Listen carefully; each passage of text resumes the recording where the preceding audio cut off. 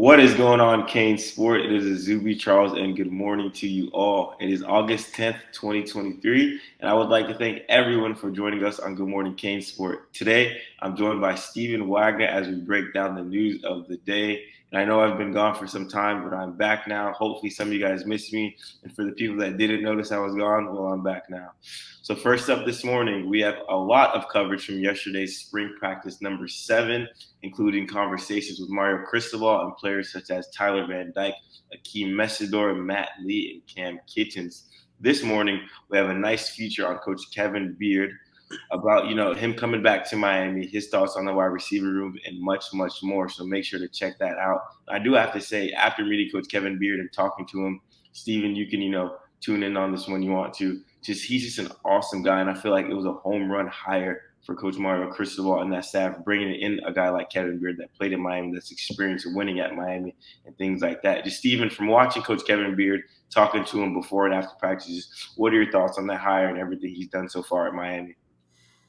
Yeah, well, a huge reason why he was hired was because of his ties to South Florida and what they were hoping was going to be the recruiting pull that he would bring.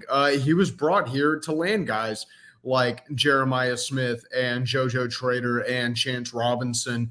And so far, he's held up his end. He's landed two out of the three. Obviously, Jeremiah Smith still committed to Ohio State. I don't think Miami's totally out of the mix there, but I think Miami's kind of been placed into a show me, don't tell me position if they want any hope to try to flip Smith later this fall. But he was really a guy who was different from the types of coaches that Cristobal has hired in the past, because whenever you think about Mario Cristobal, he has a reputation for being a pretty intense coach. He's very demanding. He's very intense with both his staff and his players. I feel like that's been pretty well documented at this point. And Kevin Beard is a guy who is, sort of a kid at heart. You look at the kind of stuff that he was doing at Miami's recruiting barbecue. He's boys with a lot of these guys in the 2024 class. He was jumping in the pool with Chance Robinson and JoJo Trader and Judd Anderson and Kevin Riley and all of these different guys. He was throwing a football around with them. He was just really being a kid with them. And I think it's because of this type of personality and these bonds that he's able to create that, he's recruiting South Florida as well as he is for the time being. And obviously Miami, I don't think they're quite done yet at the receiver position. I think they definitely like to add another guy or two if they can. But yeah, so far I'd say things have definitely worked out pretty well for Miami as far as Kevin Beard's hiring goes. But a lot of that is also going to be proven on the field this fall. A lot of it is going to come down to whether or not Beard can actually develop these receivers. Can Isaiah Horton take that next step? Can Xavier Restrepo, 1, stay healthy, and 2, stay consistent? Are they going to get some consistency at the position, period? Is there finally going to be some comfort and ease on the depth chart? Miami really needs to see production and improvement from the receivers. So I'd say off the field so far, Kevin Beard's definitely been a home run hire. But on the field is where a lot of this is going to come down to, and that's what we're waiting to see this fall.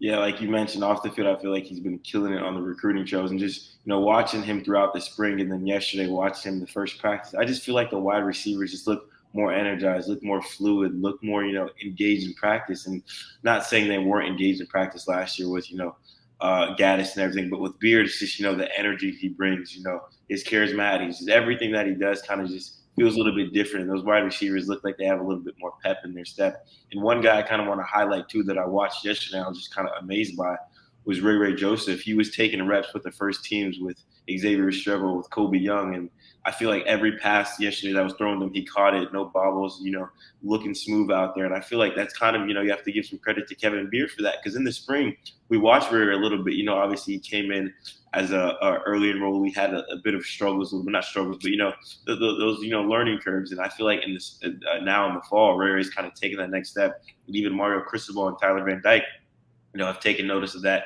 and highlighted Ray. So I'm just really, really excited to see how these wide receivers play in the fall, play against, top level ACC opponents, and kind of see where, Kevin Beard can take this wide receiver group and on the recruiting trail as well. So like I said, I feel like this was a home run hire for Mario Cristobal, and make sure to check out that article this morning on wide receiver coach Kevin Beard. Also this morning on the site, we have an article on freshman running back Christopher Johnson Jr., who has packed on some weight and strength since coming to Miami in the summer. One guy that I watched last year in South Florida that was just an absolute burner. So I'm excited to see what he does at Miami. So make sure to check out that article on Christopher Johnson. In recruiting, in a few hours, we have a big commitment coming up from 5-star plus edge Colin Simmons out of Duncanville, Texas. He's choosing between Miami, Texas, and LSU. And right now, a lot of people think it's a two-horse race between Texas and LSU, but I wouldn't count Miami out just yet. Steven, your thoughts on this commitment coming up later today with Colin Simmons?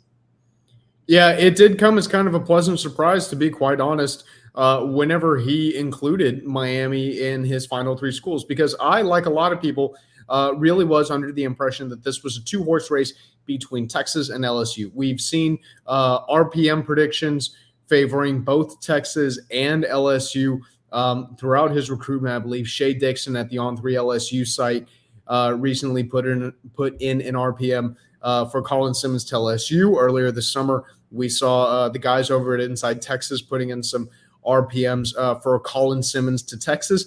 And then there's Miami, who did make some pretty positive impressions whenever Colin Simmons had a few chances to get on campus earlier this summer.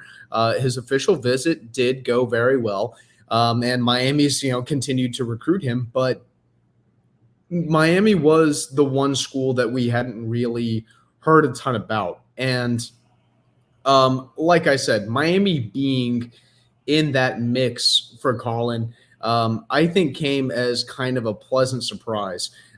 We know that Jason Taylor has had a very strong influence in this recruitment. Colin Simmons spoke extremely highly of Coach Taylor and the success that he's had as a player and his literal Hall of Fame resume.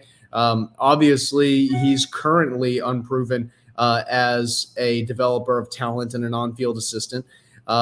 But you've definitely got to think that being a Hall of Famer, that he knows a thing or two about what he's doing. And every recruit that Taylor's been able to get his hands on, either for an official visit or an unofficial visit, has been very impressed by Taylor and had very good things to say about him. Effectively, Miami, I definitely was a little bit surprised. But now that the moment of truth is here, it's time for everyone to kind of hold their breath and see what's going to happen. Let's see if we can shock the world a little bit. Yeah, someone on the message boards kind of asked me, you, and Matt about it. And, a lot of people were like, I don't think he's coming to Miami. I'm going to be a bit optimistic. I mean, I checked out Collins' Twitter a couple times, yesterday and a little bit this morning, and he's just saying, like, hey, I'm not committed anywhere. I don't know anyone saying leaning this way or that way. He says there's only one person that knows my decision right now. It's my little brother. So I'm really optimistic about this, and I really do think even if he doesn't commit to Miami or wherever he does commit to, I don't think this is over until National Signing Day. I still think teams are still going to push for Colin Simmons and kind of, hey, give us one more shot before you put pen to paper. So really, really excited to see where this goes at 2 Eastern time, I believe. So make sure to keep your eye on Colin Simmons. We'll have a ton of coverage on that if he comes to Miami. Obviously, if he does, we will let you guys know. We will all know. And if he doesn't, we'll keep you updated throughout the rest of the recruiting cycle. And just sticking on to big-time defensive line prospects, Steven, you spoke with our guys at Auburn and Tennessee about Kamarion Franklin. Just talk to me about that conversation with that cross-examination of what are they saying, and what did you get from talking to those guys? Yeah, so without giving too much away, because obviously we do encourage people to read the article. It was a very good in-depth roundtable discussion with Cole Pinkston from Auburn Live and Matt Ray from VolQuest. They cover Auburn recruiting and Tennessee recruiting, respectively. And those have kind of been the big three schools for Kamarion Franklin throughout this recruitment. I think we all have a level of confidence that our respective programs will be able to land Franklin. But there's definitely been a little bit of buzz lately about Kamarion Franklin to Auburn. Now, Auburn's a program that Franklin visited on the final day of July, just before the August dead period hit. He also came to Miami's end of July barbecue. It seemed like Miami had quite a bit of momentum for quite a while. He visited the Canes 3 times in 2 months. One of those was for a personalized workout with Jason Taylor and Joe Salavea, the 2 defensive line coaches for the Canes. But now it seems like there's definitely been some buzz around Auburn and kind of some question marks about, man, like what does this mean? So we're going to go ahead and take a dive into really all of the intel that we have on Franklin, what these summer visits meant, how we feel about our team's respective chances of landing Kamarion Franklin, and really how he's going to end up fitting into our respective systems. So we definitely encourage you to go take a look, check that out. We're obviously talking about how much of a priority Kamarion Franklin is as well. Because remember, Miami has not recruited the interior defensive line particularly well since Mario Cristobal has had his 2 full recruiting cycles under his belt. Or, well, I should say 1 full recruiting cycle, and right now we're in the middle of that 2nd full recruiting cycle. But I definitely, I've definitely been a little bit underwhelmed, I think, with the way, I shouldn't say underwhelmed, but just surprised that Miami hasn't maybe signed more really big name prospects on the interior D-line. And so Kamarion Franklin would definitely be one of those guys. We're talking about a dude who could really move around. You're talking about a guy who could play maybe like a 3 technique and a 5 technique, shift around a little bit. Definitely not a true nose by any means, but fast, athletic, and strong enough that you can really line him up in a ton of different ways. And if he adds just a little bit more weight and a little bit more strength, he's already 6'5", 260. If he gets up to 280 pounds and after a season on a Division I nutrition program, I like to think that that's a dude who might be able to be a game wrecker and a dude who might be able to be an instant impact player next season. Yeah, Kamarion is a guy that I've been impressed with since, his name first popped up during the cycle. And then I watched him in person work out with Jason Taylor. It just kind of blew me out the water. And it's kind of been a roller coaster with him. He comes to Miami, he kind of goes quiet, and then he makes a surprise visit, comes back, and then up and down, up and down. But really cool to get the perspective of other programs and other writers and other programs, what they think, where they stand at that. So make sure to check that out on Kamarion Franklin. Steven, I wanted to ask you about Miami's, defensive line, class for the 2024 cycle. I know a couple months ago, everyone was thinking, Miami's going to land 4 to 5, 5-star prospects. Right now, we're just sitting at Artavius Jones and, Marquise Lightfoot with guys like Aiden Breland and David Stone and Jericho Johnson still on the board. Just where do you think Miami goes, if things don't go their way with Collins, or maybe if they do, or things don't go their way with Kamarion Franklin? Just where do you think Miami should go, moving on in this cycle with the defensive line targets that still have on the board? Man, that really is a fantastic question because back in late May, early June, I was really, really confident Miami was going to get Justin Scott. Obviously, things just didn't work out. There was Miami recruited him very well, but sometimes things happen that you just have no control over. And, a kid ends up picking another school because he feels like that's going to be the best decision. Then Aiden Breland was another guy who Miami, it seemed like it had a little bit of momentum with early. That momentum's kind of cooled a little bit.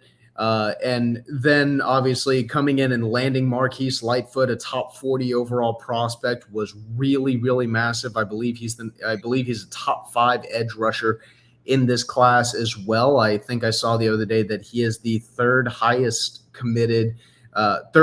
ranked committed edge rusher in this class. And then Artavius Jones, that dude I think is going to be a real wrecking ball on the interior of the defensive line.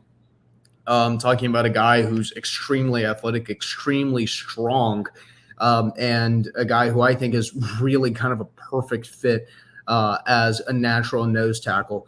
So Miami definitely did get a little bit of momentum there. But if Miami doesn't land, if Miami doesn't land Colin Simmons and they don't land Kamarion Franklin, I think that's going to be kind of the $1 million question. Is okay. Well, who's Miami going to look at next?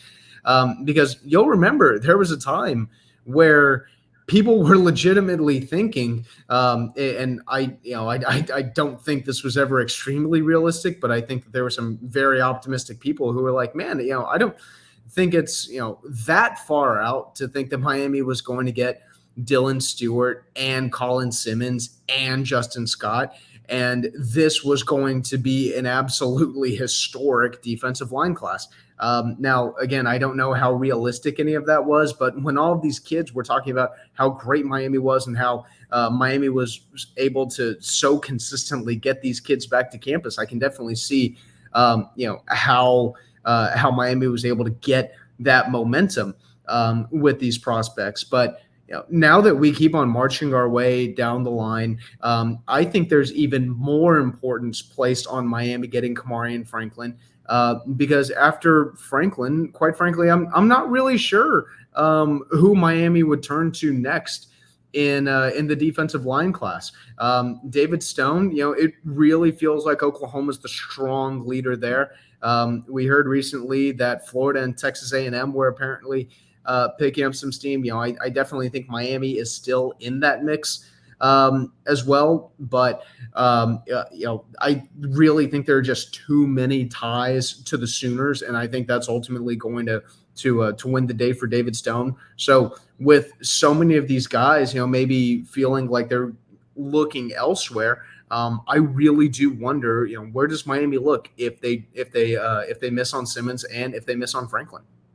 Yeah, it'd be very interesting to see with these commitments coming up soon. But like I always say, don't hit that panic button just yet. National Signing Day is still very, very far away.